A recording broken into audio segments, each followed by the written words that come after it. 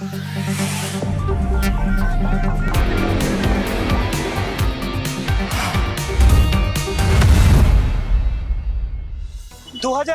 সালে বাঁকুড়া বিধানসভা কেন্দ্রে জয়ী হয়েছিল তৃণমূল কংগ্রেস। তারপর থেকে 2016 এই বিধানসভা আসন দখল করে কংগ্রেস। 2021 বাঁকুড়া বিধানসভা দখল করে বিজেপি। 2026 এই বিধানসভা নির্বাচনে তৃণমূল কংগ্রেস চমক এনেছে তাদের প্রার্থী তালিকায়। বাঁকুড়ার ভূমিপুত্র এবং সুনামধন্য চিকিৎসককে বাঁকুড়া বিধানসভার আসনে ভোটের ময়দানে নামিয়েছে তৃণমূল কংগ্রেস। সব মিলিয়ে বাঁকুড়া বিধানসভা কেন্দ্রে এখন নজর কাড়া কেন্দ্র। ভোট প্রচার শুরু হয়েছে বাঁকুড়া বিধানসভা কেন্দ্রে। প্রার্থীরা ঝাঁপিয়ে পড়েছেন ভোটের প্রচারে।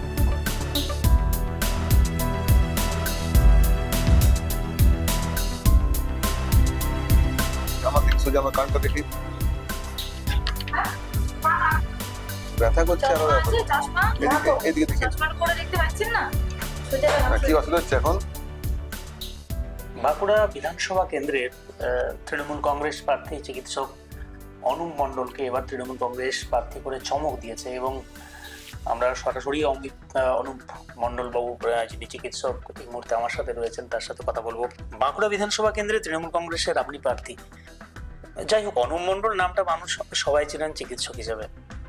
প্রথম জানতে চাইবো আপনার কাছে। আমি দীর্ঘ 20 বছর ধরে আমার চিকিৎসক হিসেবে বাঁকুড়াবাসী সবাই চেনেন কম বেশি। আমি প্রায় 3 লাখের কাছাকাছি সার্জারি হয়ে গেছে, মেডিকেল কলেজে সার্ভিস দিয়েছি 20 বছর। সেই হিসেবে আমাকে আমার অনেক পেশেন্ট সবাই চেনে। ছোটবেলা থেকে কি চিকিৎসক হওয়ার স্বপ্ন ছিল আপনার? না না না, সেরকম নয়। আমি যখন মাধ্যমিক পর্যন্ত আমার ইচ্ছে ছিল কি, আমার মামা আর্মি অফিসার ছিলেন, আমার ইচ্ছে ছিল যে আমি আর্মি অফিসার হব। ওই গ্ল্যামারটা আমার খুব মনে দাগ কাটতো আর। আচ্ছা, হায়ার সেকেন্ডারি অ্যাডমিশন হওয়ার পর কমলপুর যখন ভর্তি হই, তারপর থেকে আমার এমটা চেঞ্জ হয়ে যায় আর কি। তখন কি হলো? তখন কি তারপর তখন দেখে ওখানে ভর্তি হওয়া মানে হয় ডাক্তার হতে হবে, নাহলে ইঞ্জিনিয়ার হতে হবে।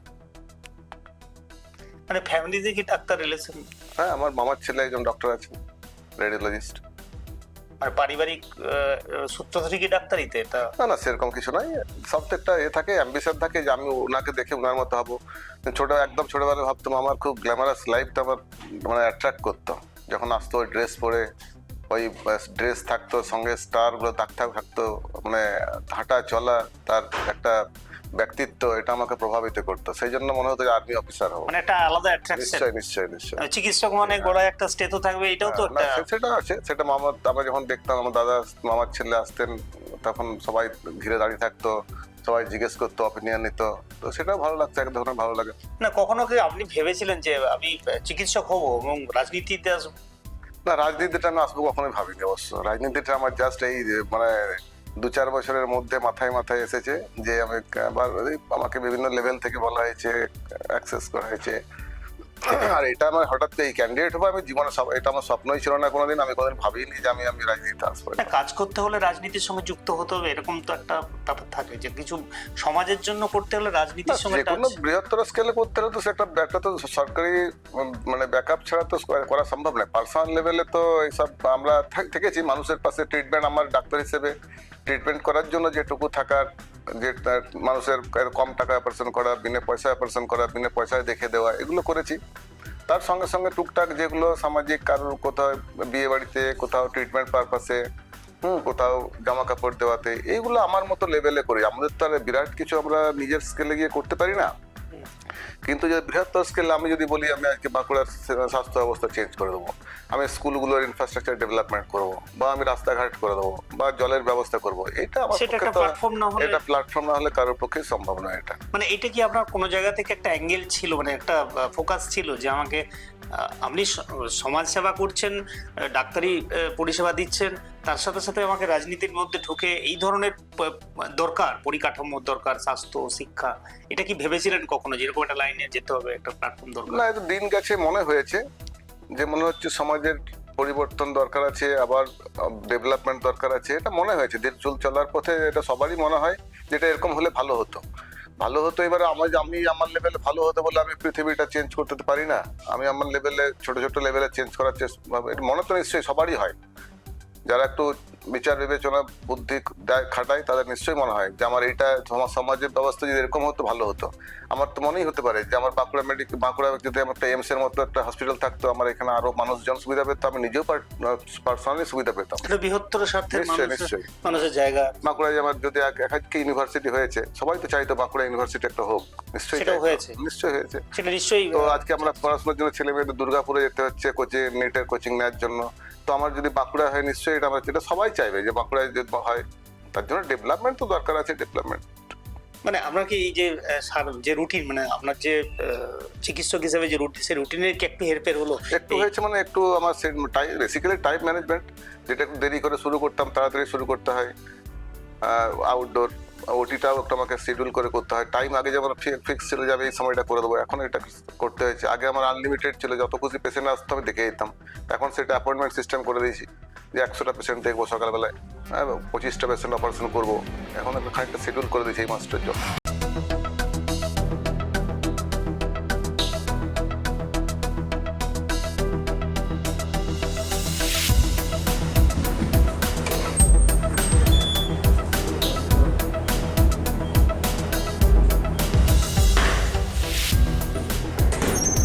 বিশাল তো একটা সাম্রাজ্য, সকাল থেকে একদম মানুষের ভিড়, চোখ দেখাতে সকাল থেকে একদম সামলাচ্ছেন। তো দেখলেন মোটামুটি আমি আগে 250-300 পেশেন্ট দেখতাম, এখন সেটা আমরা মোটামুটি 100 থেকে 150-র মধ্যে রেখেছি আমার পার্সোনালটা। কারণ কি আমাদের আপনারা দেখলেন যে আরো 5-6জন কনসালটেশন জন্য আছেন ডক্টর, এবং সবাই কিছু কিছু আমার ফ্রেন্ডস আছে, সিনিয়র আছে, কলকাতা থেকে আসছেন। কলকাতা থেকে ওনার বিভিন্ন ডিপার্টমেন্ট আমাদের খোলা আছে। রেটিনার ডক্টর দেখছেন, ডক্টর দীপাঞ্জনা, গ্লকমার ডক্টর দেখছেন, অকুলোপ্লাস্টি ডক্টর স্বরূপ পাঠক আছেন আজকে, হ্যাঁ, শ্রীপর্ণা ঘোষ আছেন। তো আমরা 4-5 জন ডক্টর সবসময় দেখছি। গ্লকমার আছে, ডক্টর সিদ্ধার্থ দেখছেন। সিকোয়েন্স দেখলাম একদম, ওই সিকোয়েন্সটা আমার কাছে যে আসার আগে মোটামুটি সব ওয়ার্ক আপ হয়ে থাকে। অপটোমেট্রিস্টরা দেখছে, তারপর একজন ডক্টর, যে জুনিয়র ডক্টর দেখছেন, তারপর আমার কাছে আসছে, যার ফলে আমার পেশেন্ট দেখাতে একটু সুবিধে, তাড়াতাড়ি দেখা হচ্ছে এবং ক্রস চেক হয়ে যাচ্ছে।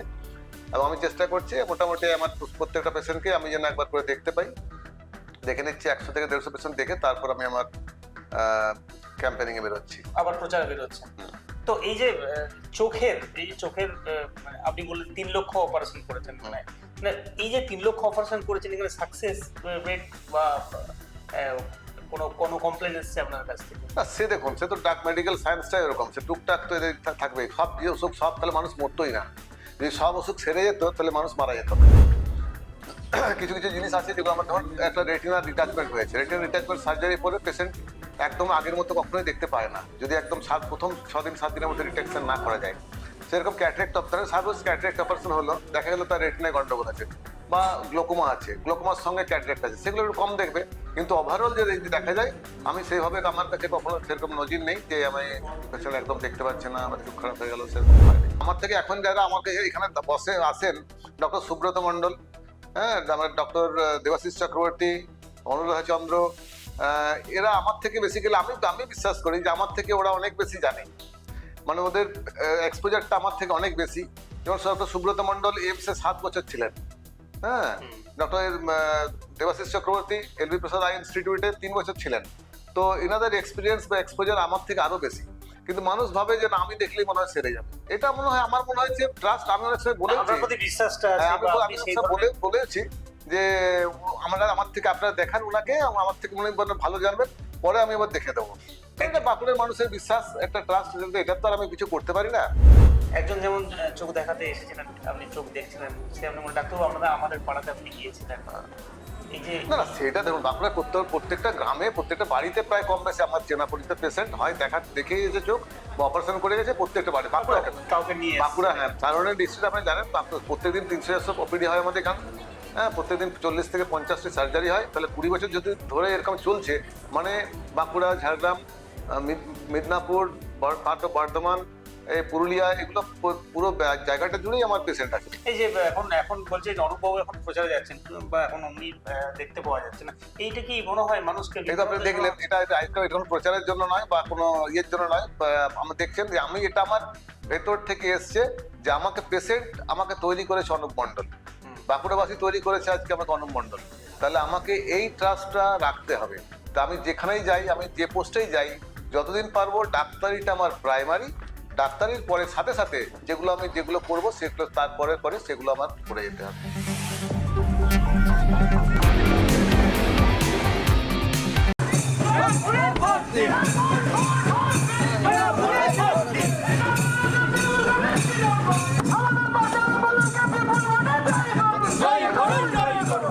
কখনো চেম্বার, রুগী সামলে, চোখ দেখে, চোখ অপারেশন, তারপর ফিল্ডে মানুষের দরজায় গিয়ে, দুয়ারে দুয়ারে গিয়ে মানুষের কাছে আশীর্বাদ চাইছেন এবং তিনি ঘুরছেন মানুষের সাথে। দেখতে পাওয়া যাচ্ছে সাংসদ একদম পায়ে হেঁটে প্রচার করছেন, প্রচার করছেন এবং মানুষের দরজায় যাচ্ছেন, মানুষের দরজায় যাচ্ছেন, একদম পায়ে হেঁটে ঘুরছেন। দেখছেন তাহলে সবাই আমার চেনা এবং এই যে উদ্দীপনা কর্মীদের মধ্যে, সেই জন্য আমাদের সবার সঙ্গে দেখা করতে হলে আমাদের পায়ে দাঁড়িয়ে করতে হবে। মানুষ তো আপনাকে দেখে একদম উচ্ছ্বাসে ভালো। না সেটা নয়, তৃণমূল দলটা এরকম কি সবাই মন থেকে করে, তো সেই জন্য কর্মীদের উদ্দীপনা। নমস্কার মা, এবার ভোট জোড়া খুলে আমি অনুপ মণ্ডল, এবার ভোট জোড়া খুলে মানে বন্দ্যোপাধ্যায়কে যেতে হবে, ঠিক আছে মা? এই যে চোখ দেখেছেন মানুষের চোখ দেখার পর আজকে মাঠে ঘুরছেন, মাঠে গিয়ে বলছেন, উন্নয়নের কথা বলছেন, আমি প্রার্থী হয়েছি বলছেন। হ্যাঁ নিশ্চয়ই, আমাকে তো ডক্টর হিসেবে চিনতেন না, তো এখন তো আমি একটা রাজনৈতিক প্রতিনিধি, তাহলে আমি একটা দলের প্রতিনিধিত্ব করছি, সেই জন্য তো বলতেই হচ্ছে যে আমি এবার মমতা মাননীয় মুখ্যমন্ত্রী প্রার্থী, তাহলে ওনার হয়ে কাজ করতে এসেছি। ভোট দেবেন, ডাক্তারকে ভোট দেবেন, মমতাকে ভোট দেন, মমতাকে ভোট দেন। ভোট ভান্ডার পাচ্ছেন তো?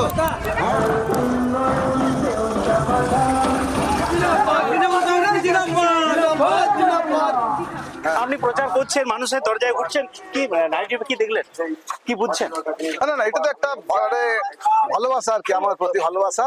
হ্যাঁ, ওনারা আমাকে মানে আমার প্রফেশনাল লাইফ ওনারা দেখেছেন, ওনার চোখে আমি 2 চোখে অপারেশন করে দিয়েছি, সেই জন্য উনি তো আমাকে ভালোবাসেন অন্যভাবে। এখন আমাকে একটা অন্য জায়গায় দেখছেন, অন্য প্ল্যাটফর্মে দেখছেন, সেই জন্য ওনারা হয়তো চাইছেন যে আমার জয় প্রত্যাশা করছেন। ভগবানের কাছে বললেন যে আমাকে আমার আশীর্বাদ থাকলো ভগবানের কাছে, আমি আমার তরফ থেকে ভগবানের কাছে যা চাওয়ার চাইবো যাতে করে আমি বিজয়ী হই। মানুষের আশীর্বাদই হচ্ছে আলটিমেট। এটা থাকলে তো নিশ্চয়ই আমাদের আগামী দিনে আমাদের ভবিষ্যৎ আমার উজ্জ্বল থাকবে নিশ্চয়ই। একদম ফুল টিম, সাংসদ, দলীয় নেতৃত্ব আপনার সাথে পায়ে পা মিলিয়ে একদম রাস্তায় ঘুরছেন। এটা কি একটা আরো বড় প্রাপ্তি? অ্যাকচুয়ালি আমি তো দেখুন, আমি তো এই জগতে একবারই নবীন। আমি এরকম আমাদের নেতৃত্ব যে আমার পাশে থাকে, ডান দিক বা দিক, ওনাদের ইন্সপিরেশনটাই আমার ইন্সপিরেশন। অ্যাকচুয়ালি ওনারা যেভাবে আমাকে পায়ে হাঁটা, ঘোরা এবং প্রত্যেকের দরজায় গিয়ে বলা, এটা তো ওনাদের কাছ থেকে আমি শিখছি। আমার তো আগের কোনো এক্সপিরিয়েন্স ছিল না। এতজন তৃণমূলের প্রার্থী হয়েছে, এত মানুষের একদম দরজায় গিয়ে পায়ে হেঁটে ঘুরতে দেখা যাচ্ছে না, আপনাকে বেশি দেখা যাচ্ছে। না সেটা অ্যাকচুয়ালি আমি খানিকটা ইন্সপায়ার্ড বাই আমার এমপি। কারণ কি উনি যেভাবে নিয়ে গেছেন, প্রথমে যেখানে 2টো লোক দেখতে পান সেখানেই ডাক্তার দাঁড়িয়ে যাও, কন্ট্যাক্ট করো। উনি আমাকে ইনস্ট্রাকশন দিয়েছিলেন কি 2,70,000 ভোটার, এই 2,70,000 অ্যাটলিস্ট তোমাকে 1.5 লক্ষ লোকের কাছে পৌঁছাতে হবে। সেদিন আমার মনে হয়েছিল যে না, আমি 2,70,000 মানুষের কাছেই যাব এবং ভোট চাইবো, প্রত্যেকের সঙ্গে আমি দেখা করবো, এটাই আমার এম ছিল। একদম সাংসদের অনুপ্রেরণা, সাংসদ সাথে ঘুরছেন, উনিও উৎসাহিত যোগাচ্ছেন, সেনাপতির ভূমিকা পালন করছেন। আর এটা তো আমার দায়িত্ব। আমরা ডাক্তারের মতো একজন ভালো মানুষকে পেয়েছি আমাদের দলের, তোমার কি বলে বিধায়ক প্রার্থী হিসাবে, এটা আমাদের কাছে গর্ব। কারণ বাঁকুড়ার মানুষ চায় এই ধরনের ভালো সোসাইটির মানুষরা যদি বিধানসভায় যায়, তাহলে কি জেলার উন্নয়ন হয়, রাজ্যের উন্নয়ন হয়। আমি সংসদ আছি, আমি আরেকটা যদি এমএলএ সঙ্গে পাই, মিউনিসিপ্যালিটি চেয়ারম্যান, আওয়াজটা জোর হবে এবং আমরা বাঁকুড়ার জন্য কিছু করতে পারবো।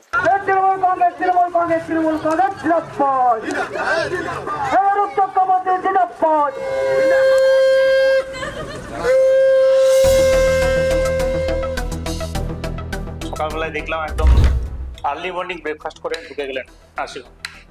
রোগী দেখলেন প্রায় 150 রোগী দেখলেন, তারপরে প্রচার করলেন, রোদে ঘুরলেন, 1:30 বাজে তো মানুষ আপনার জন্য অপেক্ষা করছে। আবার এখন লাঞ্চ একদম সাদা মাটা। আজকে দেরি হলো, আমার তো যদি টাইম থাকতো 1টার মধ্যে ফিরে আসতাম, তাহলে আমি বাড়িতে গিয়ে জেনারেলি বাড়িতে গিয়ে আমি লাঞ্চ করি। কিন্তু আজকে আমার দেরি হলো বলে এখানে খাবার পাঠিয়ে দিয়েছে বাড়ি থেকে, যে এখানে আমি এখানে খাবার নয়, বাইরের খাবার নয়, এখানে খেলাম, খেয়ে তাহলে আমার টাইমটা সেভ হয়ে গেল। কারণ এরপরে আপনি দেখুন বাইরে প্রায় 25 থেকে 30টি পেশেন্ট অপারেশন হবে, এরপর তারা ওয়েট করছে। এরপর করবেন? এরপরে হ্যাঁ, এরপরে অপারেশন গুলো করবো, করে পর আমার 5টা থেকে আবার শিডিউল আছে। তাহলে এখন বাজে ওটা আপনার দেখুন ওইটা 2:40, তার 3টে থেকে 5টার মধ্যে, 4:45টার মধ্যে আমাকে 30টি অপারেশন করতে হবে। এর মধ্যে তারপরে বেরোবো 5টা থেকে আবার নতুন গ্রাম, তারপর ফিরে এসে আবার বাঁকুড়া একটা 12 নম্বর ওয়ার্ড। টাউনটাকে রাতের দিকে রাখছে, মানে ইনকেস যদি ওটিতে একটু এদিক ওদিক টাইম গোলমাল হয় তাহলে টাউনটাকে পিক আপ করা যাবে। এটা হ্যাঁ, সেটার জন্য নয় অবশ্য, মোটামুটি ঠিক আছে। টাউনের মানুষ তো অ্যাকচুয়ালি রাত পর্যন্ত সব জেগে থাকে, গ্রামের দিকে করা যায় না সেটা, সেই জন্য আমরা টাউনটাকে লাস্টে রেখেছি। আরেকটা বিষয় ডাক্তারবাবু, যেটা হচ্ছে যে এই যে আপনার রোদে ঘুরছেন, আমি দেখছি যে আপনি শুধু হাঁটছেন রোদের মধ্যেই। ডাক্তার মানুষ সচেতন, মানে খাওয়া দাওয়ার মধ্যেও কি একটা রেস্ট্রিকশন রাখছেন?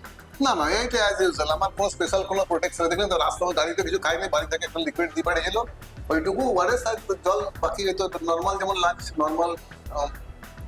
নর্মাল ডিনার নর্মাল, বাড়ির যা সবাই খাচ্ছে আমি তাই খাই। শরীরের উপর একটু স্ট্রেস পড়বে, কারণ আমরা এটা করতে অভ্যস্ত নয় তো, কিন্তু এটা অভ্যেস হয়ে যায়। মানুষ তো অভ্যেস করতেই, সবকিছু অভ্যেস করলেই করতে পারে একেবারে। আর এমনি খামতি মানে আমি একটু শিডিউল করতে হয়েছে। যেমন আমি এখন অন্য একটা সময় গেছে আমি দিনে 50, 60, 70টা পর্যন্ত অপারেশন করতে পারি, মানে করি জেনারেলি, কিন্তু এখন সেটা আমি চেষ্টা করেছি 25 থেকে 30টির মধ্যে অপারেশন রাখি। ট্রিটমেন্টের খামতি হবে বা খারাপ হবে এরকম ব্যাপারটা মোটেই নয়, আমার নাম্বারটাকে একটু লিমিট করতে হয়েছে, ব্যাস এটুকুই।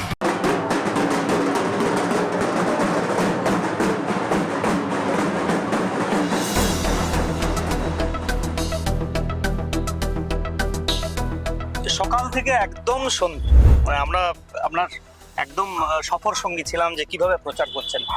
হাসপাতালে প্রথমে হাসপাতালের রুগী দেখলেন, আবার প্রচার গেলেন, দুপুরে যেমন খাওয়া দাওয়া করে আবার ঢুকে গেলেন ওটিতে, অপারেশন করলেন, আবার প্রচারে বেরোলেন।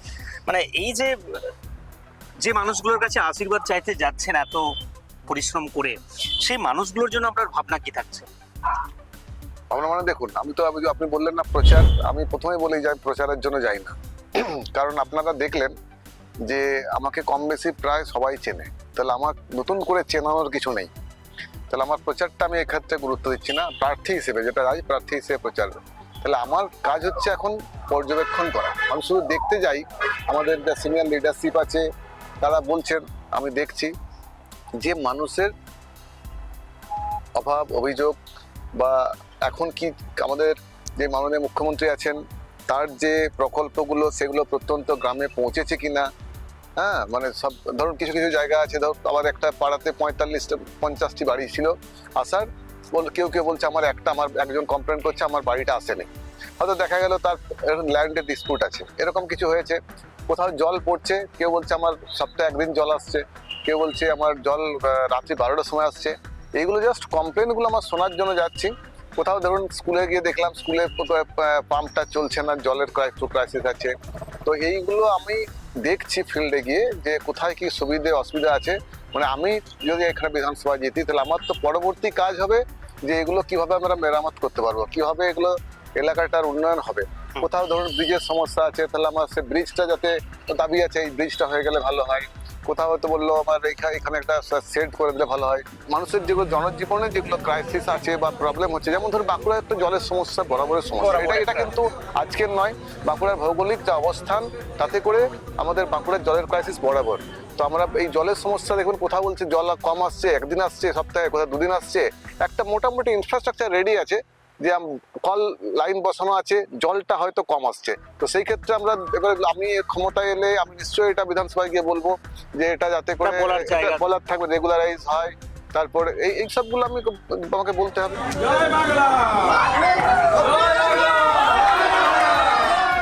সব মিলিয়ে একদম দিনভর সকাল থেকে সন্ধে পর্যন্ত বাঁকুড়া বিধানসভা কেন্দ্রের তৃণমূল প্রার্থী চিকিৎসক অনুপ মণ্ডলের সেই ছবিটাই চোখে এলো।